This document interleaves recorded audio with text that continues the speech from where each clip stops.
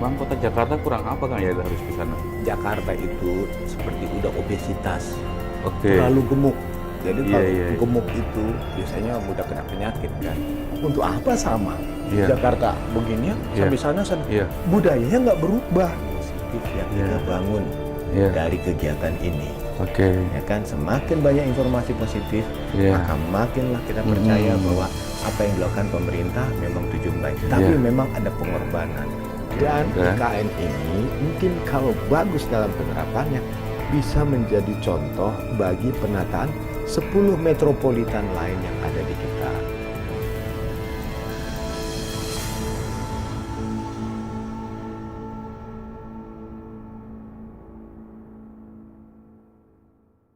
Assalamualaikum warahmatullahi wabarakatuh.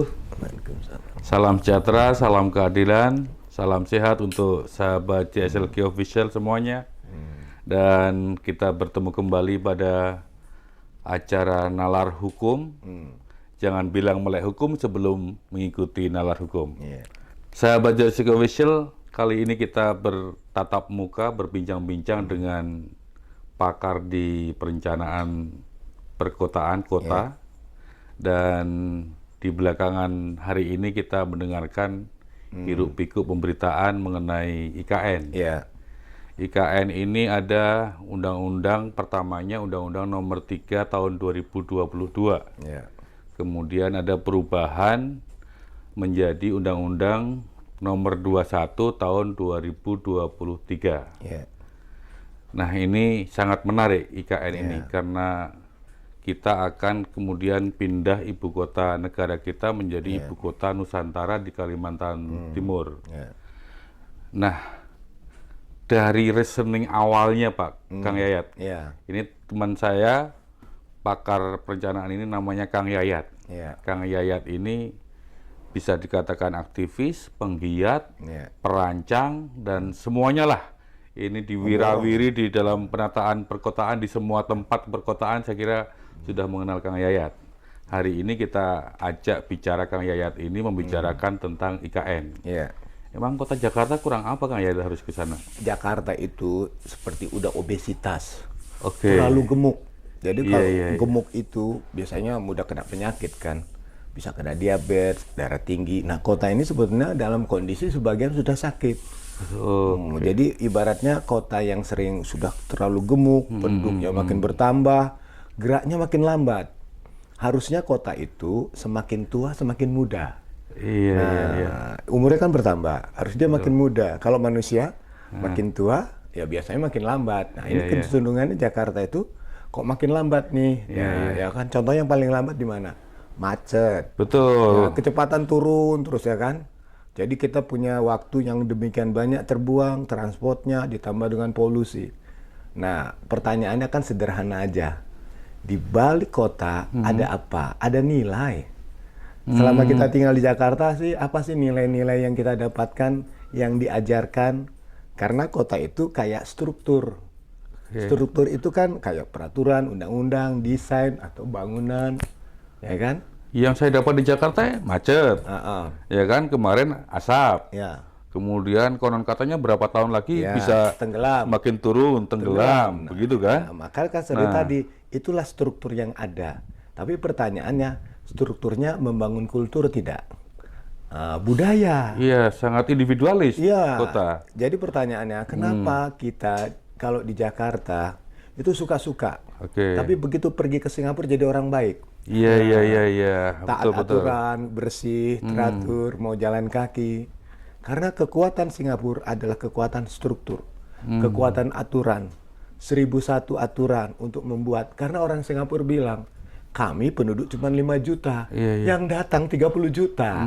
Bagaimana mengatur yang 30 juta itu? Itulah kekuatan strukturnya, sistem layanannya, aturan hukumnya, kepastiannya, dan sebagainya.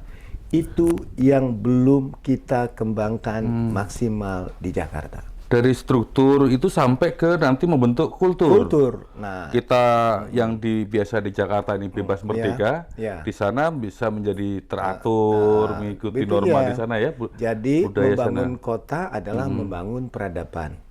Apa yang dibayangkan di ibu kota Nusantara, Pak? Nah, Kang Yayat? ini menarik. di ibu kota Nusantara itu dari sisi perencanaannya ada namanya KPI, Key Performance Indicator-nya. Oke. Jadi membangun kota itu sejak awal sudah dipasang target. Misalnya contoh, 10 menit, 10 menit. 10 menit itu begitu kita keluar rumah sudah mendapatkan akses untuk ke public transport. Oke. Artinya apa? Kita mudah. Kedua apa? Kita sehat, jalan kaki. Oke. Ketiga apa? Dilayani dengan public transport. Jadi begitu keluar sudah berpikir, saya keluar mudah. Masa kita kalah dengan namanya pinjol atau ojol? Kekuatan Iya, iya, pinjol iya. dan ojol itu dua kata, cepat, mudah. Kota itu pun juga harus memberikan cepat, mudah. Sehingga orang mendapatkan kepastian. Oke. Kalau Jakarta coba, apa yang lebih pasti? Ketidakpastian. Yang lebih pasti ketidakpastian Pastian, menurut kami ya. ya di Jakarta Iya. ini. Iya. Saya rapat jam 10, ternyata kena macet jam 11 baru nyampe. Iya, justru yang Iya. aneh di Jakarta itu adalah kok cepet datang. Tepat waktu itu jadi orang aneh. Jadi kita itu justru ya segala sesuatu. Makanya kenapa Jakarta tidak bisa berkembang maksimal? Karena ada satu namanya struktur secara sosiologis, membentuk aturan, membentuk perilaku, membentuk nilai, budaya, kultur. Kultur berkotanya ada tidak? Satu lagi yang terakhir namanya proses sosial.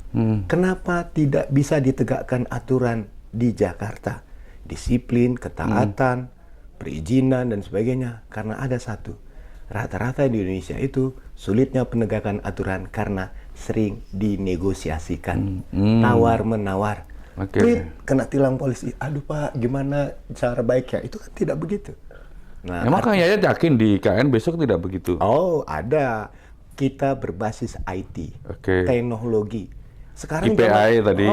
jadi contohnya aja. IT. Sekarang dengan artificial intelligence coba. Oke. Kota yang smart city, smart transportation, smart city, smart people, smart health dan semuanya.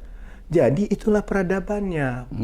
Jadi untuk membangun peradaban pun memang nggak murah. Oke. Kita belajar banyak lah. Bangsa-bangsa yang maju kekuatannya adalah pada nilai, nilai semangat, nilai kemajuan. Saya kadang-kadang suka, ini mohon maaf ya boleh ngutip Oke, boleh, prinsipnya Pak Lee Kuan Yew. Boleh, boleh. Kenapa ke Lee Kuan Yew tuh di Singapura tuh ada esplanade atau apa? Kota gedung yang kayak durian. Dia bilang Singapura itu seperti durian, bukan kayak orange. Kalau orange dibelah, diperes, airnya diminum, gampang. Tapi kalau Singapura itu durian, nggak berani ada yang meres. Di dalamnya manis, protein, lezat, lemak. Itu kelebihannya. Maka kota ini kalau maju jangan coba-coba diperes. Oke. Karena di dalamnya banyak orang pintar. IKN-nya harus begitu. Jadi begitu Putra-putra bangsa di situ. begitulah. Karena terus terang smart people, smart education. Karena terus terang aja kalau di sana kan cita-citanya satu. Kota Indonesia untuk dunia. Kota Apa Indonesia yang untuk kita dunia. berikan untuk dunia dari IKN? Itu lebih menarik. Perdebatan pro kontra itu wajar. Kota Tetapi Indonesia untuk dunia. itu bisa dikatakan akselerasi untuk satu lompatan. Jadi kita membangun sebuah kota bukan membangun arti fisiknya, bukan sekedar ekonominya, tapi membangun manusianya. Itu kekuatannya. Oke, tadi mudah, cepat, kota Indonesia untuk dunia, Iya. dan kemudian menjadi peradaban baru. Ya. Kotanya smart city. Iya, dan satu lagi di sana itu ada namanya reformasi cara bekerja. Reformasi Cara cara bekerja. bekerja. Coba jelaskan, Kang. Nah, contohnya begini. Reformasi bekerja. Satu, bagaimana cara bekerja ke depan? Mm-mm. Kekuatan dasar adalah pada teknologi, efisiensi, kecepatan, kemudahan, kepastian. Kemudian yang selama ini kita boros adalah ketika kita membangun gedung-gedung besar, itu inefisiensi dari apa? Penggunaan energi yang boros, sekat bahan bangunan yang terlalu banyak, ruang-ruang yang dibutuhkan untuk semua jabatan-jabatan, Iya, iya. organisasinya sekian, pejabatnya sekian, Iya. ruangnya sekian, tuh 2, 3, 4. Apa nggak boros energinya? Oh, berarti besok di sana nggak begitu? Nggak begitu. Jadi namanya kantor Menko itu atau kantor menteri cukup kemungkinan cuma 5 ruangan. 5 ruangan untuk pejabat. Pejabat aja. Oke. Kantor menteri, kantor dirjen, ada berapa dirjen? Sisanya Pegawai co-working fungsional. fungsional Itu- dalam ruang yang terbuka. Oke, ruang Jadi terbuka. berebut tempat. Jadi tidak ada namanya bahwa oh saya ruangannya di sini ada filenya, ada kabinetnya, ada meja. Boros, meja kolektif. Cara bekerja yang berbeda. Oh, berarti kemarin ada yang komentar nih. Ini gedung ini belum jadi, gedung ini Iya. belum jadi, gedung ini belum jadi. Itu bayangannya gedung yang seperti zaman dulu Iya, bukan? artinya apa? Efisiensi. Produktivitasnya terukur. Iya, iya. Kita sudah banyak melakukan itu. Oke. Beberapa kantor. Saya mohon maaf ya. Mhm. Saya terserah. Yang saya puji misalnya kantornya MRT Kantor MRT. Jakarta. Kalau Anda datang ke situ, itu nggak seperti kantor, tapi gaya seperti kafe. Kayak di mall ya? Kayaknya, pokoknya orang bisa bekerja santai tapi Iya. produktif. Iya, Ya kan? iya. Diskusinya lebih. Nah, karena yang menarik apa? Cara bekerja itu tekanan tinggi, gelombang otaknya tenang. Mhm. Jadi aura ruangan itu, Iya, iya. itulah yang didesain untuk bangunan-bangunan yang terkait dengan kementerian, dengan kekuatan teknologi. Oke. Dan ingat, yang bekerja adalah anak-anak muda. Oke. Iya kan? Iya, iya, iya, iya. iya, Jadi iya. kita melihat ada yang berbeda. Untuk apa sama? Iya. Jakarta begini ya, Iya. sampai sana. Iya. Budayanya nggak berubah. Kita justru ingin merubah dari kekuatan strukturnya dulu. Jadi ketika desain bangunannya itu terbuka, co-working bersama, kelihatan. Yang tidur, ketahuan. Iya, iya, iya, iya, iya. Yang tidak bekerja, ketahuan. Produktivitasnya terlihat. Kalau nggak bisa kerja sini, besok di luar ruangan juga boleh. Oke. Listriknya lebih hemat. Smart. Iya, iya. Itu yang tidak banyak orang tidak tahu. Belum kebayang Belum Kang. Barangkali kebayang. pada masyarakat pada itu, umumnya. saya bukan berkata bohong, tapi saya memang diminta misalnya saran dan masukan. Saya dapat informasi dari otorita begitu. Dari Oke. tim desainnya begitu. Yang menyusun konsepnya. Itu namanya ada UDD, Urban Design Development-nya. Oke. Pada profil bangunannya, tipikalnya. Jadi yang kita minta atau kita sarankan di IKN itu, dia harus berbeda dengan konsep kota-kota yang terjadi sekarang. Apalagi KPI yang Oh banyak KPI-nya. Misalnya contoh dalam konteks untuk pengendalian lingkungannya, waktunya, penggunaan efisiensi ruangnya, energinya, banyak yang ditentukan. Jadi sudah ada standar-standar baku. Iya, iya, Jadi sebetulnya enak itu. Kita akan bangun, ini sesuai tidak? Merencanakan transportasi, merencanakan itu yang harusnya dipandu sejak awal. Oh, iya. Maka otorita harus lebih progresif untuk memantau, mengingatkan, mengendalikan. Mudah, cepat, Cepat, sehat. gitu kan? Iya. Tahu nggak sehat itu apa? Senang hati. Kalau sakit itu Oke. salah kita. Iya, Ruangnya iya, salah, iya, iya. kita jadi sakit.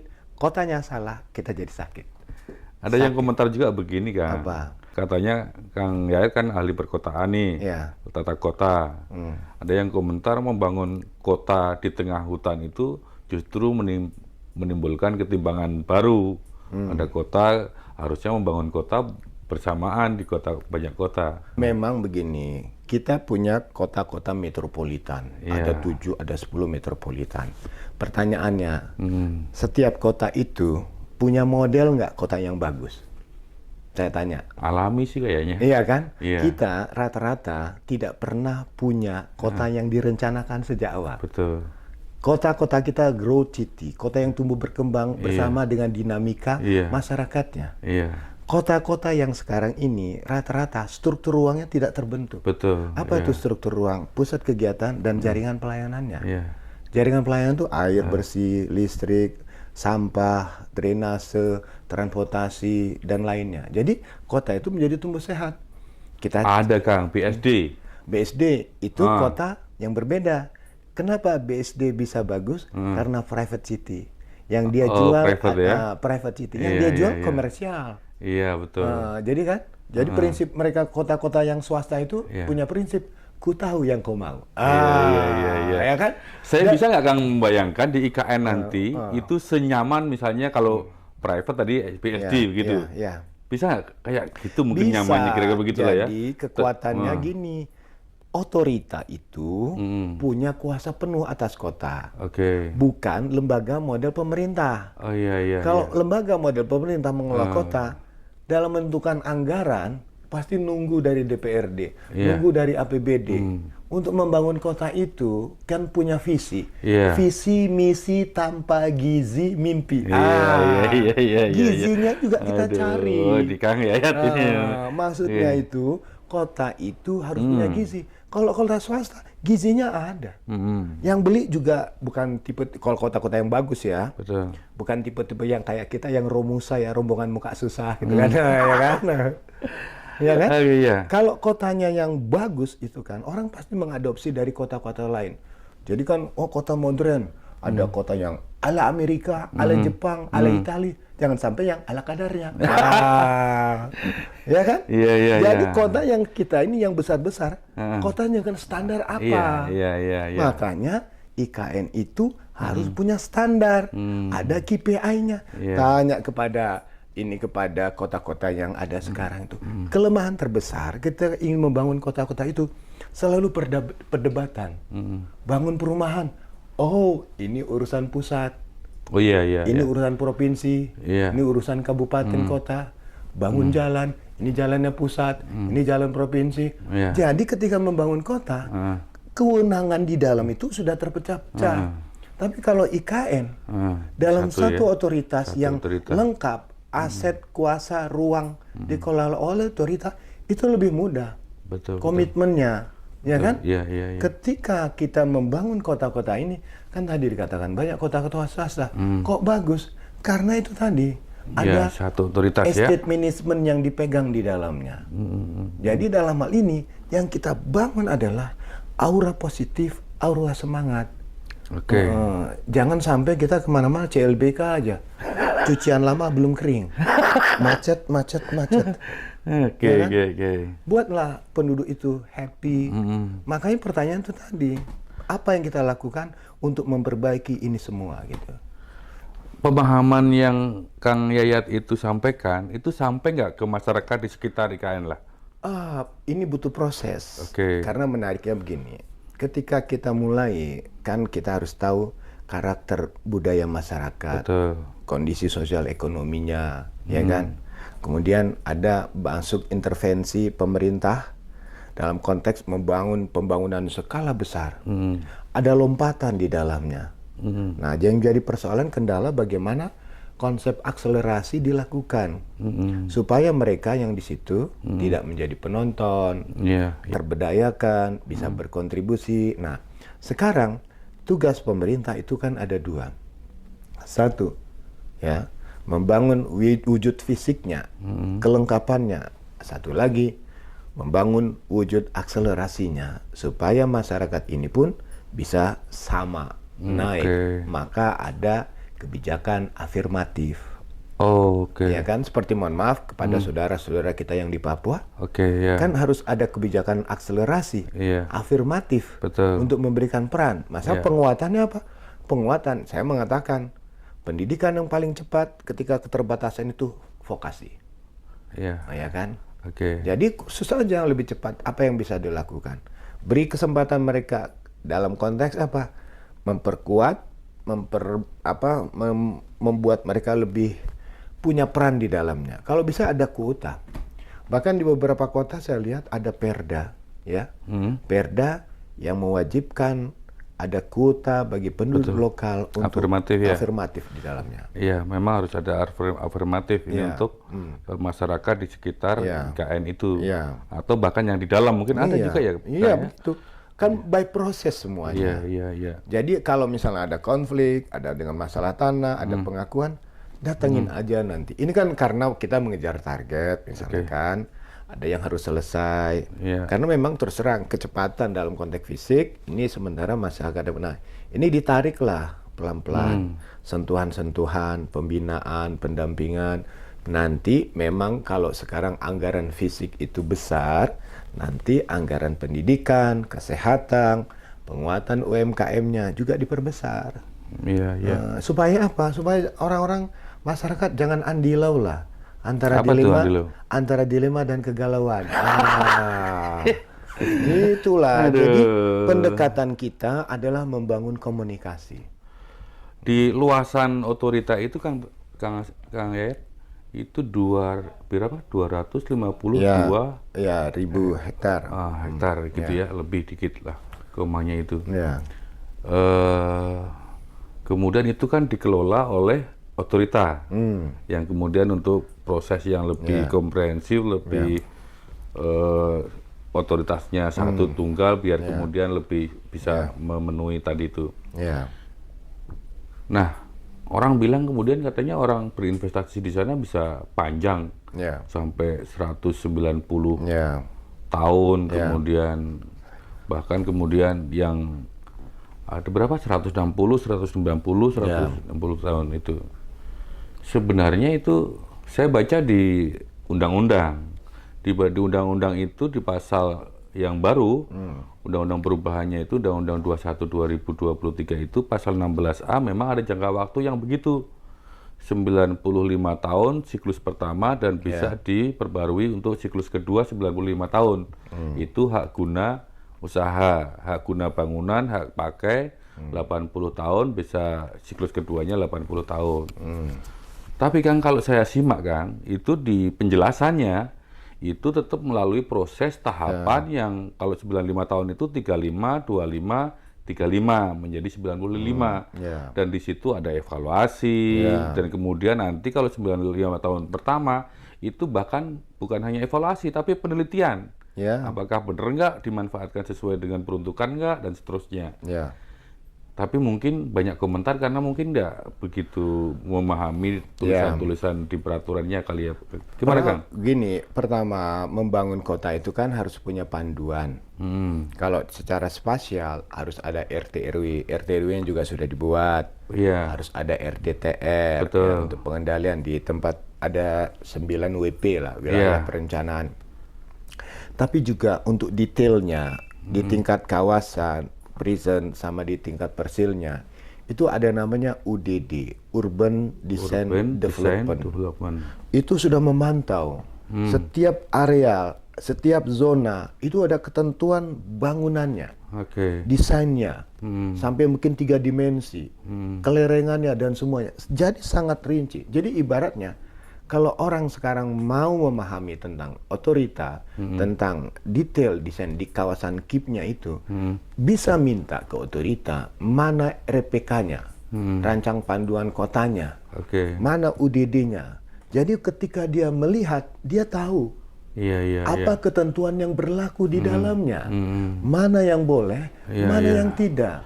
Kalau sekarang itu masuk ke sistem digital, kemudian diinformasikan oleh otorita. Jadi ketika orang mau investasi tinggal klik aja, tik saya di zona ini, titik ini, langsung keluar itunya. Jadi kalau misalnya nanti ada penyimpangan, langsung ketahuan. Berapa peruntukannya, berapa untuk KDB-nya, berapa itu sudah ada. Kemudian kan evaluasi selama 30 tahun kan ada proses. Iya, Monefnya katanya berbasis digital. Digital. Jadi prinsipnya itu 90 tahun, pasti 30 tahun dievaluasi. Seperti ibaratnya HGB, HGU. Kan bisa 2 kali, diperpanjang lagi, diperpanjang lagi. Contoh kasus kan banyak ini yang sengketa nih. Ya kan, usaha-usaha, mau usaha HGU-nya, HGB, 30 tahun, diperpanjang lagi. Ya sama aja. Angka akumulatif 90 tahun itu memang untuk memberikan satu kepastian. Tapi proses untuk mencapai 90 itu tetap melalui proses evaluasi. Bahkan lebih ketat dong Kang kalau berbasis digital. Kan orang melihat digital ini kan ukurannya sangat pasti. Makanya saya mengatakan otorita dengan kemampuan teknologi dan informasi, jadikan dia informasi keterbukaan publik. Jadi masuk kepada sistem digital. Jadi tahu mana yang menyimpang, mana yang menyalahi. Buka. Sekarang aja yang namanya di kota-kota lain ada namanya RDTR yang terintegrasi dengan OSS. Betul. Jadi digitalisasi. Kalau RDTR hanya peruntukan zonanya saja. Kemudian ujungnya ITBX, izin terbatas, boleh dan tidak boleh. Itu hanya proses itu. Tapi ini lebih dalam lagi. Jadi bahasa mudanya mungkin investor ada kepastian, Ya. tetapi juga tidak boleh sembarangan. Iya, karena Ya kan? ketika melalui mekanisme proses itu ada sekian tahapan sampai Iya. nanti keluarnya kepada PKS. Iya, dan peruntukannya pasti. Pasti. Kemudian nanti ada namanya TPA, tim profesional ahli, yang mengaudit. Iya. Kemudian ada ya katakanlah pakar-pakar yang diminta atau ahli-ahli Iya. untuk memberikan masukan sebagai advisernya bagaimana memperbaiki desain itu untuk membangun harmoni kesatuan antara bentang alamnya dengan konsep bangunan yang dibangun. Gitu sahabat CSLG Official, ternyata 95 tahun 2 siklus itu tidak sembarangan Iya. dengan mudah diberikan kepada investor. Iya. Investor memang punya kepastian kita bisa berinvestasi dalam jangka yang lumayan panjang, tetapi tahapannya tetap ikuti proses.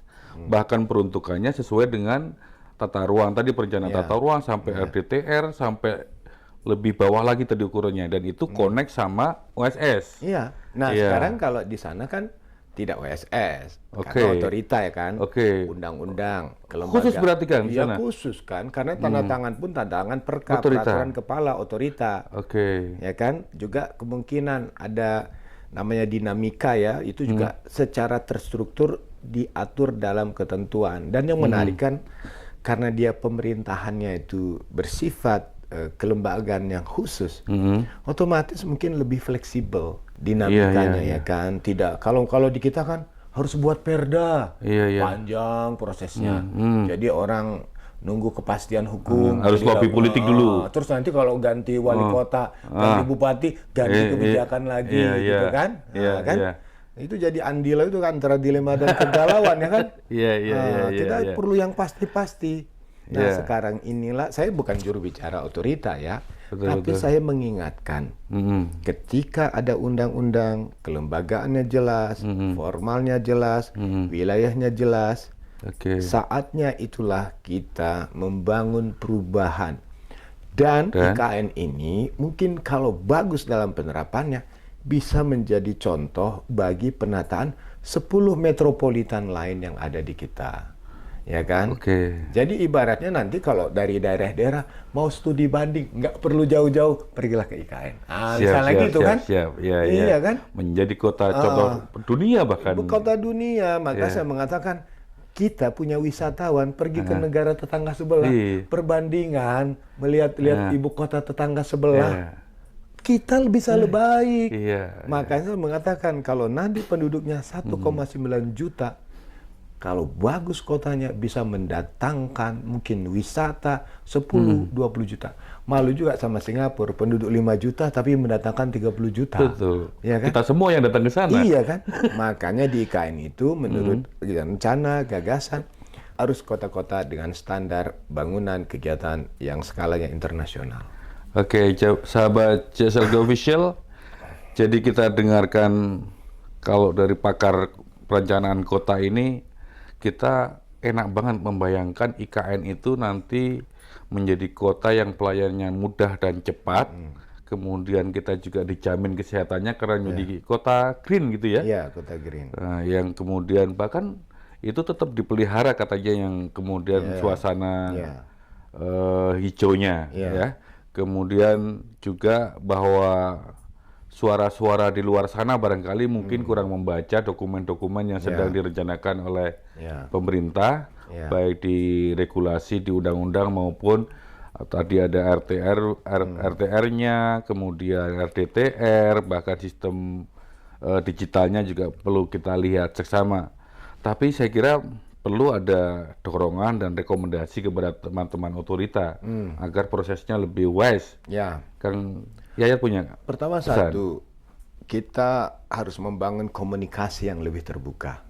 Oke. Ya, dalam arti progres, kemajuannya. Sekarang terus terang aja, banyak orang berbondong-bondong datang ke IKN. Kemajuannya udah sampai mana? Iya. Penasaran. Iya. Dari titik nol kepada perubahan. Kan nggak mungkin ke titik nol terus. Kayak orang kayak SPBU. Dari nol ya Mas? Enggak kan? Iya. Kita melihat menanti-nanti. Nah, kalau dia jadi bagus, dan satu menjadi sebuah destinasi wisata, destinasi pendidikan, destinasi kesehatan, orang akan berpikir Kalau rumah sakit di IKN bagus misalnya kan, Iya. mau ke Singapura atau mau ke ini, Iya. kan menteri-menteri yang sakit bisa, saya udah ngecek tuh, Iya. akan dibangun rumah sakit VVIP dengan kualitas yang terbaik, ya kan? Artinya apa? Ada harapan dengan kualitas pelayanan dan pendidikan bagus. Jadi kita berharap teman-teman otorita bisa membangun komunikasi ya seperti ini ya, kita buka publik, kemudian Iya. dokumen-dokumen yang terkait tentang perencanaan kemajuan sekarang juga kita bisa buka. Nah, kedua, kita ajaklah masyarakat, yuk siapa yang penasaran, jangan lihat kepada YouTube atau mohon maaf ya dari itu kan, kalau penasaran silahkan datang. Iya. Mungkin kalau perlu ada namanya paket wisata. Iya. Ya kan? Kita tunggu hari Sabtu Minggu mobil gratis kalau mau ke sana, tapi tiket dari daerah bayar sendiri. Iya. Ya kan? Iya. Open buka. Jadi wisata IKN. Udah tunggu di bandara aja, Iya. tunggu di pelabuhan aja. Ya kan? Mau dari sekolah atau mahasiswa-mahasiswa yang mau KKN, kan banyak. Iya. Universitas negeri juga banyak yang KKN ke sana ya. Betul. Untuk membangun itu. Jadi artinya dibangun komunikasi, dibangun fasilitasi. Jadi kalau setiap hari ada yang zaman now kan cukup dengan melihat di media sosial, podcast dan sebagainya. Tapi saya kira kunjungan lapangan akan lebih menjadi Mungkin penting. otorita perlu ngajak YouTuber ke sana, Kang, ya kan? Perlu. Melihat situasi Banyak di sana sebetulnya. ya kan? Oh, YouTuber banyak. itu udah banyak Udah orang-orangnya, banyak, ya? udah banyak yang membuat itu, cuman bagaimana ini masalah pro kontra kan wajar. Oh, iya, Tapi iya. bagaimana cara yang terbaik adalah ketika melihat perbedaan-perbedaan ini, itu wajar sifat mau menerima, mau menolak. Tapi yang lebih penting adalah apa hal positif yang kita bangun dari kegiatan ini. Oke. Ya kan, semakin banyak informasi positif, Iya. maka makinlah kita percaya bahwa apa yang dilakukan pemerintah memang tujuan baik. Tapi memang ada pengorbanan. Oke. Tapi begitulah, setiap hidup pasti ada pengorbanan. Tapi kan nggak setimpal, nanti peradaban barunya itu yang penting, Itu kan? peradaban barunya itu yang Kita lebih bukan penting. hanya membangun fisik ini tadi Iya. kan, tapi membangun peradaban di ibu kota Nusantara. Bentar baru. Jadi Iya. kota itu adalah membangun peradaban, ya kan? Nanti kawasan inti pemerintahannya ditata, Iya. WP-WP seperti di wilayah lainnya juga ditata, lebih baik, lebih maju. Dan saya kira mudah-mudahan ini memberikan satu keyakinan bahwa ada harapan, ya kan? Seperti kita yakin ketika malam, ketika tidur, masih yakin harapan besok matahari masih tetap akan bersinar. Oke, sahabat Jessica Official, ini Kang Yayat sudah mengeluarkan kata-kata puitisnya ini.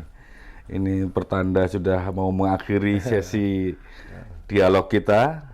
Tapi jangan lupa komen, silakan, dan kemudian barangkali ngasih masukan kepada otorita IKN agar prosesnya lebih cepat, kemudian membuka dokumen-dokumen yang masih tersembunyi sehingga masyarakat kita ini bisa memahami dengan detail, dengan rinci cita-cita kita, keinginan kita untuk membangun kota baru, peradaban baru, dan menjadi kota dunia. Bahkan dulu banyak orang yang sering perginya ke Singapura nanti bisa pindah ke IKN. Kira-kira begitu. Jangan-jangan nanti orang Singapura yang datang ke kita. Iya. Sekarang aja banyak yang dari Malaysia datang ke Jakarta mau naik bus katanya. Iya.